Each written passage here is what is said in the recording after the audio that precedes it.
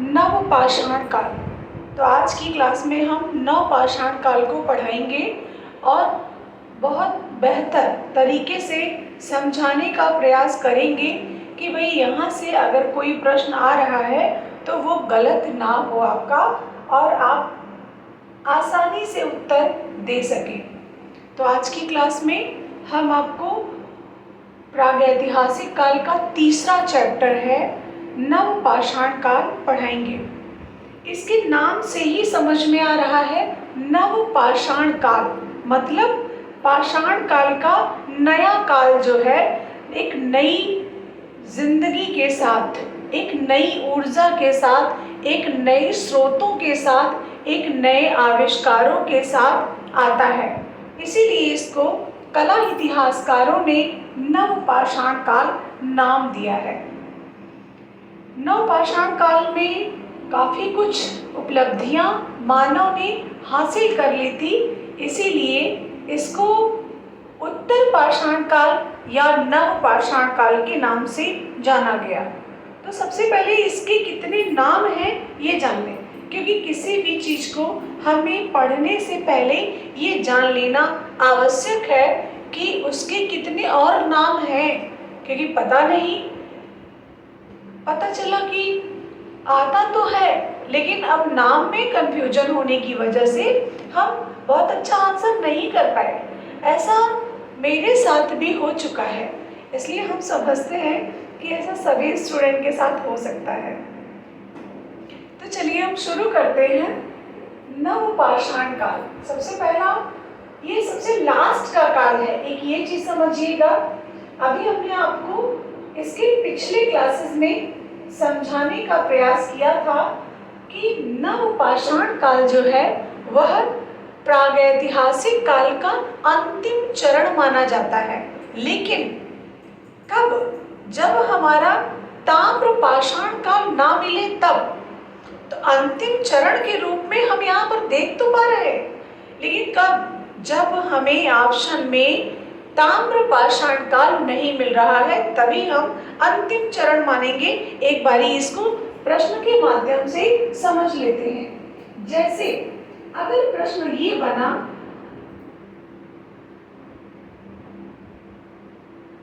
अगर प्रश्न ये बन गया कि प्रागैतिहासिक काल का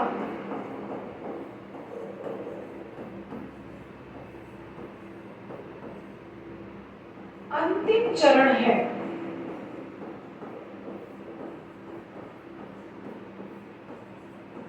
प्रश्न बना, ऑप्शन बना नवपाषाण काल और बी ऑप्शन बना ताम्रपाषाण काल।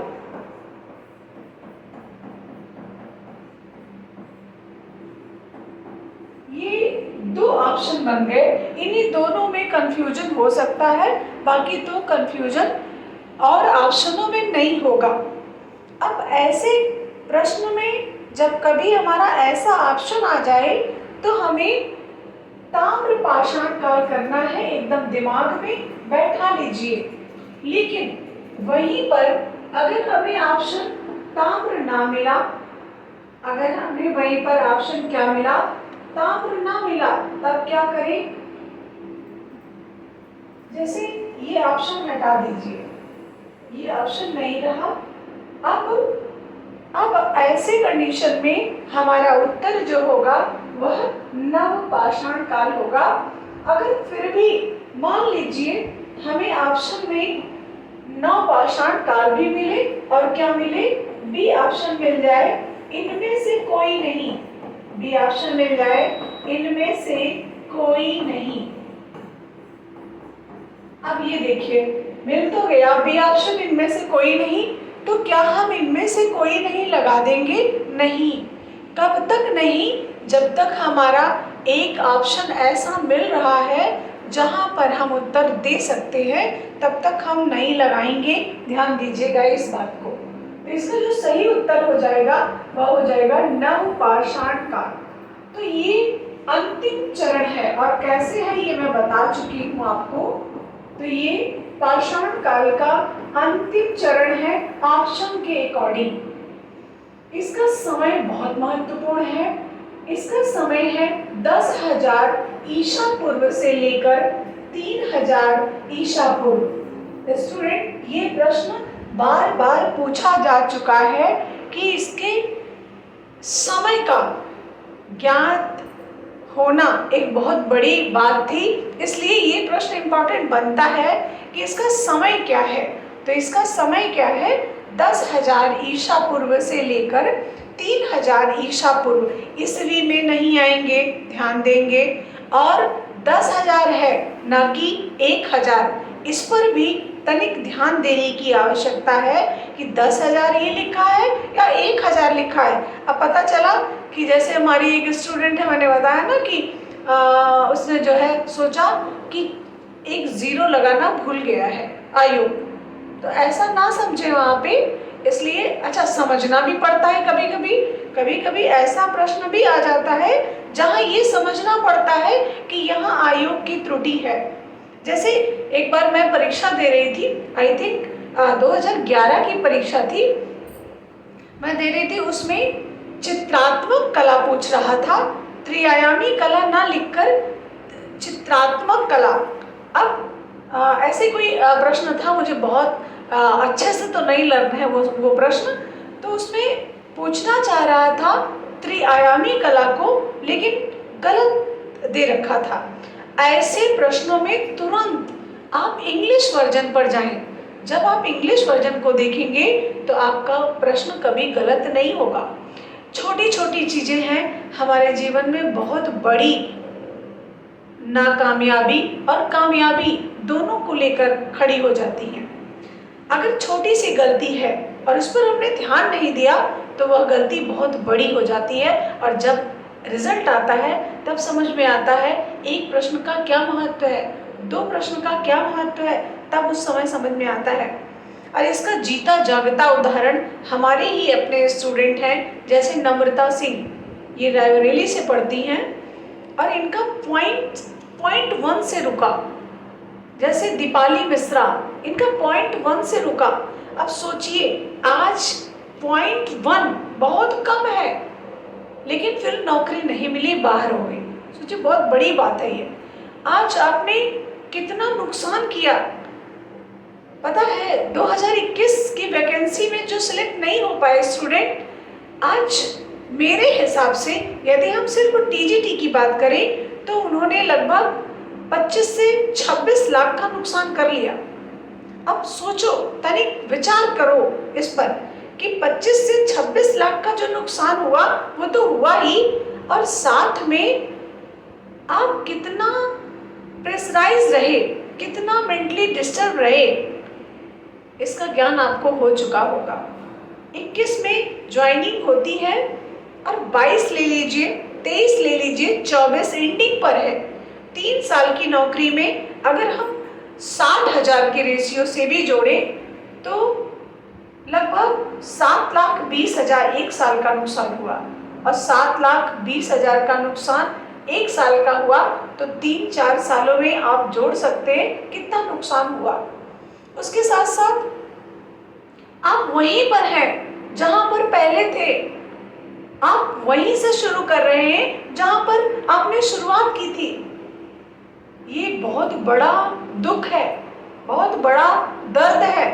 जब हम पॉइंट से बाहर होते हैं तो उसमें दिमाग काम नहीं करता, और उसी को बाहर ना होने पाए उसका सिर्फ और सिर्फ एक ही तरीका है, वो यही है किसी भी तरीके से पढ़े, चयन हो।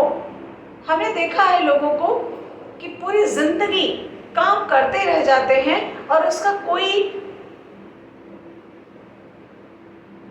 रिजल्ट अच्छा नहीं हो पाता। और कुछ स्टूडेंट हैं 2 साल, 4 साल, 6 साल वर्क किया और बहुत बड़े लेवल पर पहुंच गए, तो उनका वर्क वैसा रहा है।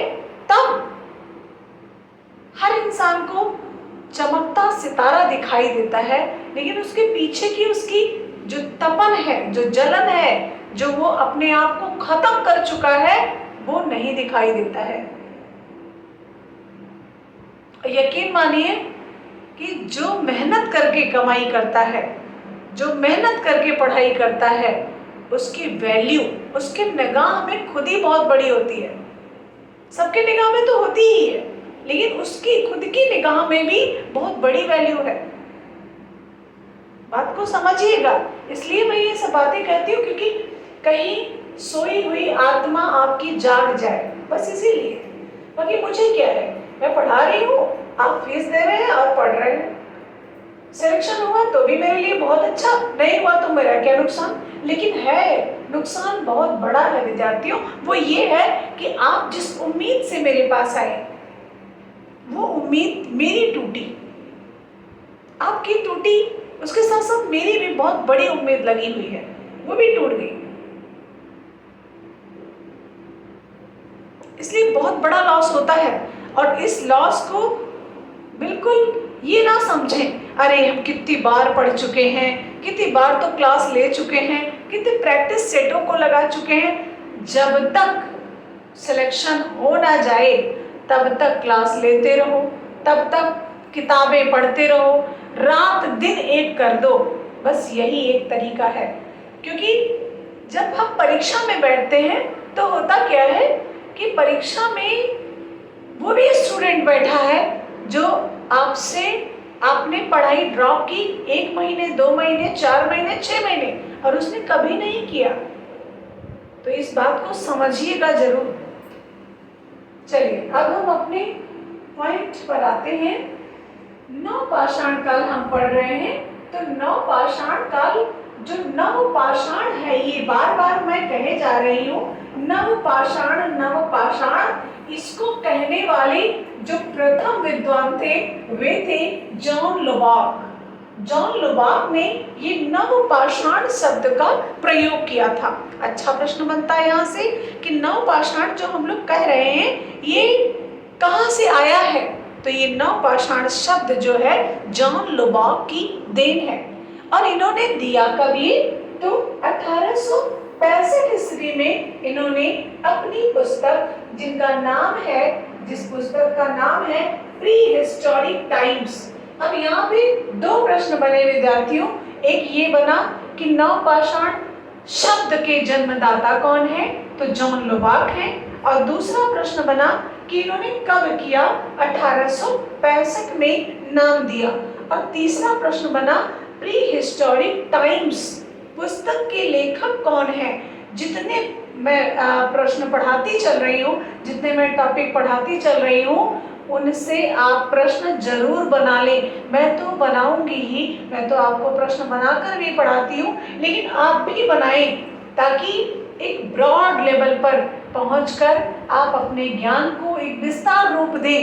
क्योंकि जब हमारे पास बहुत बड़ा ज्ञान होता है तब हम छोटी मोटी परेशानियों को यूं चुटकी में मसल देते हैं, और जब थोड़ा ज्ञान है तो बड़ी चीजें आ जाएंगी, वहीं हम भटक जाएंगे। तो इसका जो नाम देने वाले थे नव पाषाण काल या नव पाषाण शब्द जॉन लुबाक ने दिया था। कब दिया था, 1865 ईस्वी में। कहां पर, अपनी पुस्तक प्री हिस्टोरिक टाइम्स में किया। अब यहाँ 3 प्रश्न निकाल लीजिएगा। इनका जो सहयोग किया था, इनका नाम था डॉक्टर प्राइम रोज। हमारे कुछ विद्वान विद्यार्थी ये भी कहते हैं कि मैडम कहीं कहीं ये मिलता है कि नव पाषाण शब्द का प्रयोग करने वाले डॉक्टर प्राइम रोज हैं। बिल्कुल हैं, 2 दोस्त हैं, किसी ने एक कम काम किया और किसी ने एक ज्यादा काम किया। जो ज्यादा करता है उसका ज्यादा नाम होता है, जो कम करता है उसका कम नाम होता है। ऐसे ही समझ लीजिए। जैसे यहाँ पर डॉक्टर प्राइम रोज का भी नाम आ रहा है और जॉन लुबाक का भी आ रहा है। अब हम पहली प्रायोरिटी जॉन लुबाक को दे देंगे और सेकंड प्रायोरिटी दे देंगे डॉक्टर प्राइम रोज को, क्योंकि इन्होंने काम तो किया लेकिन सहयोगी के रूप में। तो दोनों चीजें सही हैं आपकी, लेकिन थोड़ा सा समझ कर अगर उत्तर हम देंगे तो हमें कोई प्रॉब्लम नहीं होगी। तो डॉक्टर प्राइम रोज ने इसमें सहयोग किया था। और अगर नहीं मिलता है जॉन लुबाक तो सेकेंड ऑप्शन हमारा डॉक्टर प्राइम रोज सही हो जाएगा। सांस्कृतिक विकास की प्रक्रिया में, ये बहुत महत्वपूर्ण लाइन है, ध्यान से समझिएगा। सांस्कृतिक विकास की प्रक्रिया में मतलब जो मानव अभी तक बेडौल चीजों को जान रहा था, जो मानव अभी तक बहुत ही ज्यामिति में नहीं पहुंच पाया था, वही मानव यहाँ पर बहुत बुद्धिमान हो गया और सांस्कृतिक विकास करने के लिए तैयार हो गया। इसने अपना सांस्कृतिक विकास किया और किस काल में किया? नवपाषाण काल में किया। और इस दृष्टि से सांस्कृतिक धरोहर की दृष्टि से, सांस्कृतिक कार्यों की दृष्टि से, सांस्कृतिक चीजों की दृष्टि से सबसे जो महत्वपूर्ण उस समय का, अब हम ये नहीं कह सकते कि गुप्त काल को भी उठा लेंगे, प्रागैतिहासिक काल में नवपाषाण काल को उठा लेंगे, नहीं। उस समय जब पूरा पाषाण काल, मध्य पाषाण काल, नवपाषाण काल चल रहा था, उसमें सांस्कृतिक विकास सबसे ज्यादा हुआ। कहाँ पर? नवपाषाण काल में हुआ। हम एक पर्टिकुलर नवपाषाण काल की बात कर रहे हैं, इसके बाद के कालों में नहीं जाएंगे, नहीं तो प्रश्न गड़बड़ हो जाएगा। तो सांस्कृतिक विकास का जो जिम्मा उठाया वह उठाया नवपाषाण काल के मानवों ने। यहाँ का मानव कैसा रहा? खाद्य उत्पादक हो गया। अभी तक क्या था? खाद्य संग्राहक था। अभी तक क्या था? खाद्य संग्राहक था। लेकिन यहाँ पर क्या हो गया? खाद्य उत्पादक हो गया, मतलब अन्न को उपजाने लगा। आप देखते होंगे महिला को कुछ पैसे दे दिए जाते हैं घर में कि ये है आपका, जो वर्किंग वुमेन नहीं है उनकी बात मैं कर रही हूँ, जैसे 10,000, 20,000, 30,000 करके दे दिया गया और उनसे कहा जाता है कि ये आपका घर खर्च है। और उसमें बढ़ोतरी नहीं कर पा रही हैं वो, क्योंकि वो वर्किंग वुमेन नहीं है। तो उससे क्या होगा? उनको 10-20 नहीं, उनको अगर 1 लाख भी दे दिया जाएगा तो वो उनका खर्च हो जाएगा, बचेगा नहीं। क्यों नहीं? क्योंकि उसमें उपज तो हो ही नहीं रही है, वो डे बाय डे खत्म हो रहा है। और जो वर्किंग वुमेन है उनको 10,000 रुपए दे दिया गया, लेकिन फिर भी वो वर्क करके, जॉब करके पैसा ला रही है, तो उसमें क्या होगा? इम्प्रूवमेंट होगा और वो इम्प्रूवमेंट दिखेगा। तो यहाँ का मानव ने क्या किया कि जो आखेट कर रहा था वो तो कर ही रहा था, उसने जमीन से अन्न उपजाना भी शुरू कर दिया। तो कहीं ना कहीं एक गेहूं बोया तो उससे कितने गेहूं निकल गए, एक धान बोया, एक धान लगाया, उससे कितने धान प्राप्त हो गए। तो कहीं ना कहीं वो इम्प्रूव कर लिया अपने आप को और वो धनवान भी बनने लगा। वो धीरे धीरे, और जहाँ धन आ जाता है वहाँ हर चीज अपने आप आ जाती है। विद्या भी आज के समय में धन से ही आती है। बहुत से स्टूडेंट ऐसे हैं जो हमारी क्लास को लेना तो चाहते हैं लेकिन नहीं ले पाते, नहीं एडजस्टमेंट हो पाता है। लेकिन मैं उन विद्यार्थियों से भी ये बात कहना चाहूँगी कि कैसे भी करके क्लास जरूर लें, क्योंकि आपका 2-4 हज़ार आपका लाखों का नुकसान कर सकता है और करता ही है। हर वर्ष ऐसे स्टूडेंट जो कि कंटिन्यू 2 साल 3 साल लगे रहे और लास्ट टाइम उन्होंने छोड़ दिया, नहीं पढ़ाई कर पाए और वो एकदम धराशायी हो जाते हैं। इसलिए इस बात का ध्यान रहे, एक रोटी कम खाओ, शिक्षा जरूर लो, क्योंकि ये शिक्षा हमें हाई लेवल तक पहुंचाती है। और हमको ढेर सारा खा लें, अच्छे कपड़े पहन लें और पता चला हमें ज्ञान नहीं है, हमारे पास कोई पद नहीं है, हम वर्क नहीं कर सकते, हम वर्किंग वुमेन नहीं है, हमारा कोई अस्तित्व नहीं है आज के समय में, ये एकदम नोटिस कर लेना। तो यहाँ का मानव क्या था? खाद्य उत्पादक था, यानी अन्न को उपजाने लगा था, चीजों को पैदा करने लगा था। अब इसकी जो प्रमुख उपलब्धियां हैं ये बहुत महत्वपूर्ण है। यहाँ से प्रश्न कई बार पूछे जा चुके हैं, जैसे कृषि का आविष्कार। अब हमने बताया जब अन्न उपजाने लगा तो यहाँ का मानव कैसा हो गया? आखेटक के साथ साथ कैसा हो गया? फार्मर भी हो गया। आखेटक के साथ साथ एक किसान भी हो गया। यहाँ का मानव कैसा हो गया? आखेटक के साथ साथ एक किसान हो गया। अब हम आपको एक प्रश्न देते हैं, प्रश्न के माध्यम से आप आंसर दें और हमें समझाएं। जैसे प्रश्न बना, थोड़ा पढ़िए, अच्छा पढ़िए, गेन करिए और थोड़ा खाइए, अच्छा खाइए। क्योंकि आप एक बार ध्यान दीजिए और समझिए इस बात को कि ढेर सारा पढ़ लिया और पता चला गेन कुछ नहीं हुआ तो उसका कोई मतलब नहीं निकलेगा। थोड़ा पढ़िए, थोड़ा थोड़ा पढ़िए। मैं कभी नहीं कहती कि मार एकदम जान दे दो। जान तब देना है जब समझ लेना कि परीक्षा की घड़ी 2 महीने रह गई है और 2 महीने अभी नहीं है, ये ध्यान देना।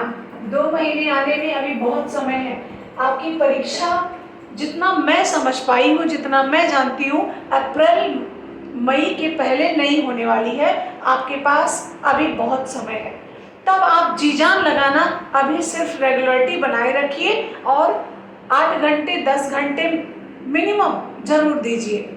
और हमें 17 घंटे 18 घंटे कब देने हैं? जब हमारी परीक्षा की डेट एकदम कंफर्म हो जाए, आ जाए कि हाँ इसी दिन परीक्षा है, उससे 2 महीने पहले आप सबको भूल जाइए।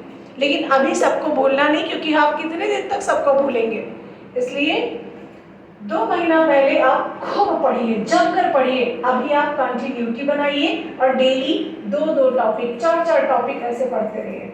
देखिए, अगर प्रश्न ये बना कि नव पाषाण काल का मानव था, नव पाषाण काल का मानव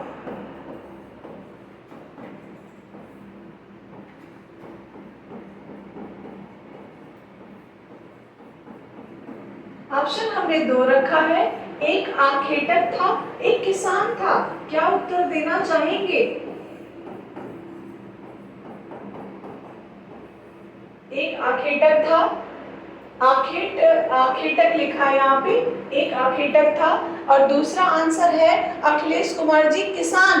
अब आप बताइए क्या आंसर देंगे? सर्वोत्ता जी ए, राजेश कुमार जी ए, माला सिंह जी ए, शालिनी तिवारी ए, ओके, सुलेखा जी ए। अच्छा, हमारे स्टूडेंट बहुत विद्वान है भाई, ये हमसे बहुत ज्यादा विद्वान है। बहुत अच्छा लगता है। एक चीज जानते हैं, जब माँ बाप अपने बच्चों से हारते हैं तो वो हार बहुत अच्छी लगती है, और जब आप उत्तर देते हैं तो मुझे बहुत अच्छा लगता है।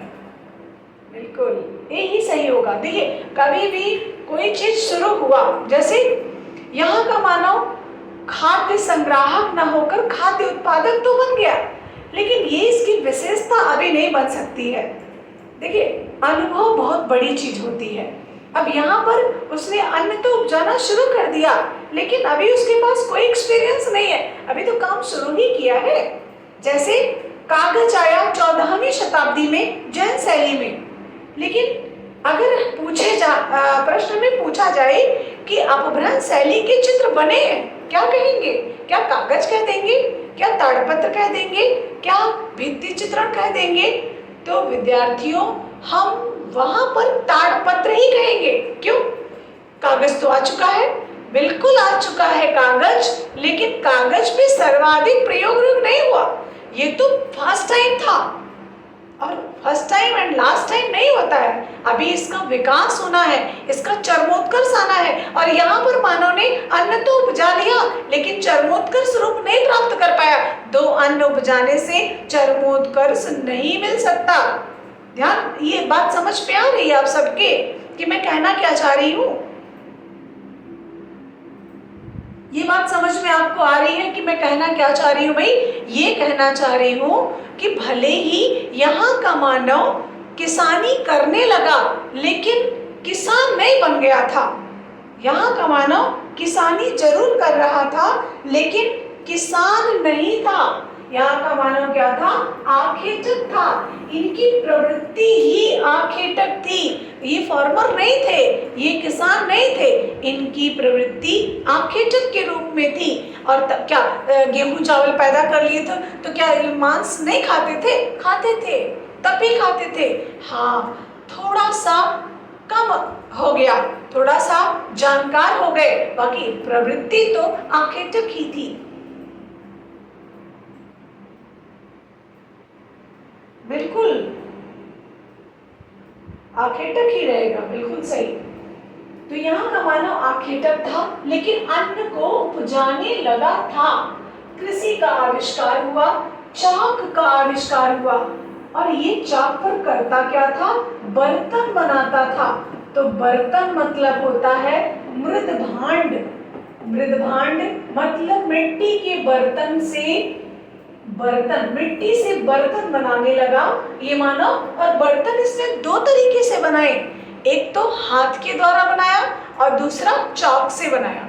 हाथ और चाक दोनों से मानव ने बर्तन बनाए। कभी भी ऑप्शन में रहे कि नवपाषाण काल के मानव ने बर्तन कैसे बनाए, तो बर्तन चाक पर भी बनाए हैं और हाथ से भी बनाए हैं। ए व बी दोनों है तो दोनों लगा देंगे। और अगर मान लीजिए ऑप्शन में हाथ के द्वारा और चाक के द्वारा दोनों बर्तनों को दे दिया गया है, तब हम क्या करेंगे? अब इसको भी देख लेते हैं प्रश्न के माध्यम से। प्रश्न बना हमारा कि प्रागैतिहासिक काल के मानवों ने बर्तनों का निर्माण कैसे किया था?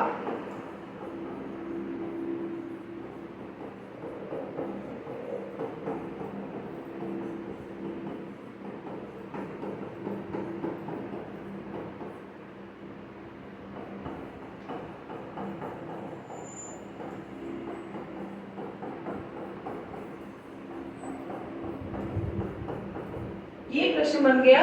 ऑप्शन देख लेते हैं। ऑप्शन बना चाक के माध्यम से और बी ऑप्शन बना हाथ से। अब अगर दोनों ऑप्शन अलग अलग हो गए तो हमारा राइट आंसर क्या होना चाहिए? तब हमारा राइट आंसर होगा चाक के माध्यम से, क्योंकि इस मानव ने चाक का खूब अच्छे से प्रयोग किया है, धुरी का अच्छे से प्रयोग किया है, उस पर मानव ने बनाए हैं बर्तन। तो चाक का आविष्कार हुआ, मृद भांडों का आविष्कार हुआ, यानी और हिंदी में अगर जाएं तो कुंभकारी शुरू हो गई। कुंभकारी शुरू हो गई, बर्तन बनाने लगे, कुंभकारी ये शुरू हुई। और बर्तन पर इन्होंने किया क्या? पॉलिश लगाना शुरू कर दिया। और किस किस पर इन्होंने पॉलिश लगाया है? बर्तन पर लगाया और औजार पर लगाया। बर्तन और औजारों पर इन्होंने पॉलिश लगाया है। किस पर लगाया पॉलिश? घर पर नहीं लगाया है, बर्तन और औजार पर दोनों पर पॉलिश इन्होंने लगा लिया है। ये एक विशेष और बड़ी उपलब्धि इनकी हो चुकी थी। अब यहाँ के मानव ने पॉलिश भी लगा लिया और कुंभकारी भी कर ली। कुंभकारी का मतलब समझ ही गए आप लोग कि बर्तन बनाना शुरू कर दिया। अब भवन निर्माण की कला भी यहाँ सामने आई। अब भवन निर्माण चरमोत्कर्ष में ही दिखेगा भवन निर्माण का। भाई क्यों दिखे? क्योंकि भवन निर्माण में इन्होंने सीमेंट, कंक्रीट इन सब का प्रयोग नहीं किया है। इन्होंने किया क्या है? घास फूस, मिट्टी के घर बनाने में इन्होंने भवन निर्माण कर लिया, मिट्टी के घर बना लिया, तो भवन की शुरुआत कर ली। यानी ये अपने घरों में रहने लगे, समुदायों में रहने लगे, बस्तियों में रहने लगे। ये कोई कांच का घर नहीं बना लिए थे, ये कोई सीमेंट कंक्रीट का घर नहीं बना लिए थे, पक्की ईंटों के घर नहीं बना लिए थे। इन्होंने घास फूस और मिट्टी के घर बनाना स्टार्ट कर दिया था। पाक कला, पाक कला क्या है? पाक कला का अर्थ है भोजन बनाने की कला। पाक कला का अर्थ है भोजन बनाने की कला। इन्होंने भोजन बनाना भी शुरू कर दिया था। अभी तक क्या था? क्या भोजन नहीं बनाते थे? जब अन्न ही नहीं था पागलों, तो भोजन क्या ही बनाते। जैसे एक बार एक प्रश्न आया कि मानव ने भोजन बनाना कब स्टार्ट किया? और जब अन्न आएगा तभी तो स्टार्ट करेगा। अब अन्न ही नहीं है, गेहूं नहीं है घर में, चावल नहीं है उसके पास, तो वो खाना कैसे बना सकता है? तो जब अन्न आया तो उसने पाक कला भी जानी, यानी भोजन बनाना भी स्टार्ट कर दिया। इसके पहले भोजन नहीं बनाता था वो। परिष्कृत औजार, अब औजार की बात अगर करें तो ये औजार बहुत सुंदर तो मध्य पाषाण काल में हो ही गए थे, लेकिन यहाँ के मानव ने औजार को पॉलिश करना शुरू कर दिया। औजार पर चमकदार पॉलिश लगाने लगा, जिसे ओप कहा गया। ओप कहा गया, ओपदार औजार कहा गया है, ये ध्यान दीजिएगा। ओपदार औजार बनना शुरू हुए तो आप कहेंगे नवपाषाण काल में। ओपदार बर्तन बनना शुरू हुए तो आप कहेंगे नवपाषाण काल में। अच्छा एक बात बताइए, ये बर्तन कच्चे थे या पक्के थे? ये बर्तन कच्चे मिट्टी के बनते थे या इनको पकाया भी गया था? कोई बता सकता है क्या?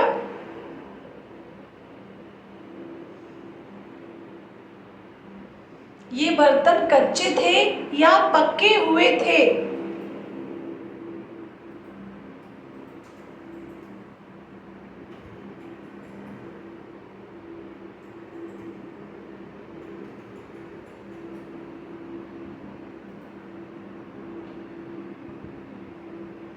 ये बर्तन कच्चे मिट्टी के थे, इनको पकाया नहीं जाता था, इनको भट्टी में आग में जलाया नहीं जाता था, इनको ऐसे ही। अब इनको ये मजबूती कैसे ले आते थे? धूप में रखकर सुखा लेते थे, बस उसी से मजबूती आ जाती थी। ये बर्तन सुखाए कैसे जाते थे? धूप में। इसमें कोई भट्टी का प्रयोग नहीं होता था। पता चला आग में पकाकर बर्तन बनाए गए, नो, आग में पकाकर बर्तन नहीं बनाए गए हैं। कच्ची मिट्टी से कच्चे बर्तनों का प्रयोग इन्होंने किया है। बर्तन बनाने की कला की शुरुआत तो हो गई है, लेकिन ये बर्तन पके हुए नहीं है। स्थायी निवास की अवधारणा आई। अभी तक क्या था कि पूरा पाषाण काल हो चाहे मध्य पाषाण काल हो, मानव कहीं भी रह लेता था। मौसी के घर चला गया, बुआ के घर चला गया, हर जगह रह लेता था। लेकिन अब नहीं, नव पाषाण काल आया तो वो अपने दादी और बाबा के घर में ही रहेगा। मतलब कहने का है कि स्थायी निवास की अवधारणा आई। बंजारों जैसी लाइफ नहीं, आज यहाँ कल वहाँ परसों वहाँ, एक जगह रहेंगे, परिवार के साथ रहेंगे, ऐसा कुछ सोच लिया। तो स्थायी निवास की अवधारणा मानव के मन में कब आई? नवपाषाण काल में आई। और ये चरम उपलब्धि है, चरम उपलब्धि। भाई जो मानव एकदम बंदर था, कुछ नहीं जानता था, वही मानव आज इतना दिमागदार हो गया कि रहना अपने घर में है, खाना अपने घर में है, सोना अपने घर में है, ये सब कुछ जान चुका था। तो स्थायी निवास की अवधारणा आई।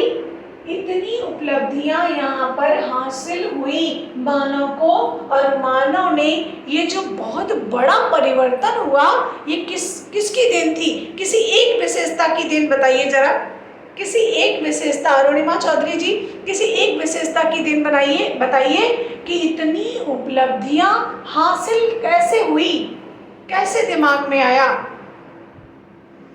इसकी एक विशेष इतनी उपलब्धियां हैं। उन उपलब्धियों का कारण कृषि था। वेरी गुड सगुफ्ता खानम जी, बहुत बढ़िया। कृषि था। इस कृषि ने मानव को बदल कर रख दिया, पूरे जीवन को बदल दिया। और वाकई, और वैसे भी आप जानते ही हैं कि भारत किसान प्रधान देश है, भारत कृषि प्रधान देश है।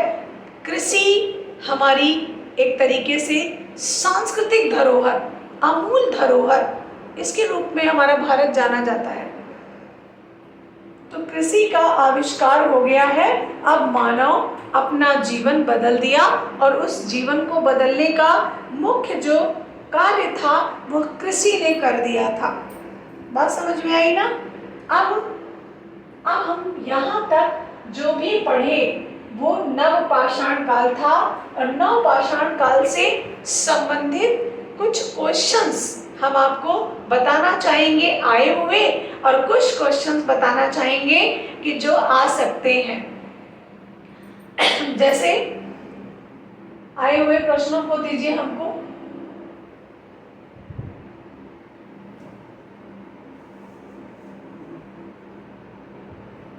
अभी हम नवपाषाण कालीन स्थलों की चर्चा बाद में करेंगे। पहले इतने से ही अभी कौन कौन से प्रश्न आ चुके हैं उनकी बात करते हैं। जैसे अभी तक नवपाषाण काल से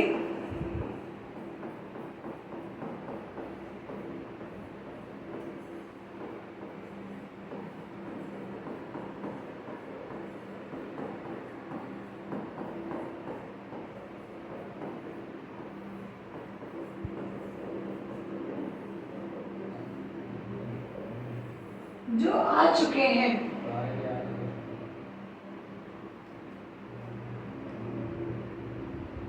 जो आ चुके हैं उनकी बात करते हैं। जैसे नवपाषाण काल से एक प्रश्न आया था कि कृषि का आविष्कार किस काल में हुआ। एक प्रश्न है, कृषि का आविष्कार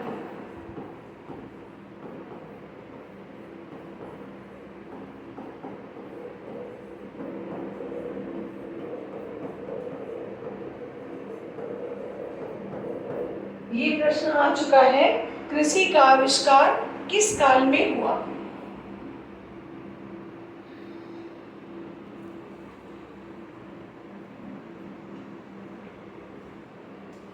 तो नवपाषाण काल में बिल्कुल, जैसे हम आपको बोलकर ही बता देंगे, कृषि का आविष्कार नवपाषाण काल में हुआ और नवपाषाण काल,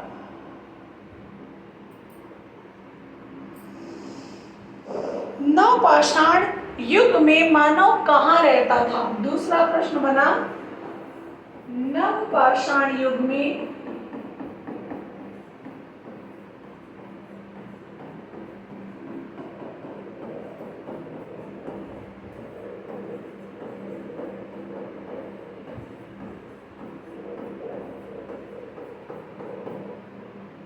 मानव कहाँ रहता था। ऑप्शन बना हुआ है, जंगल में, बस्तियों में, शहरों में, पहाड़ों में। जंगल, बस्ती, शहर, पहाड़, ये प्रश्न बना हुआ है, ये ऑप्शन के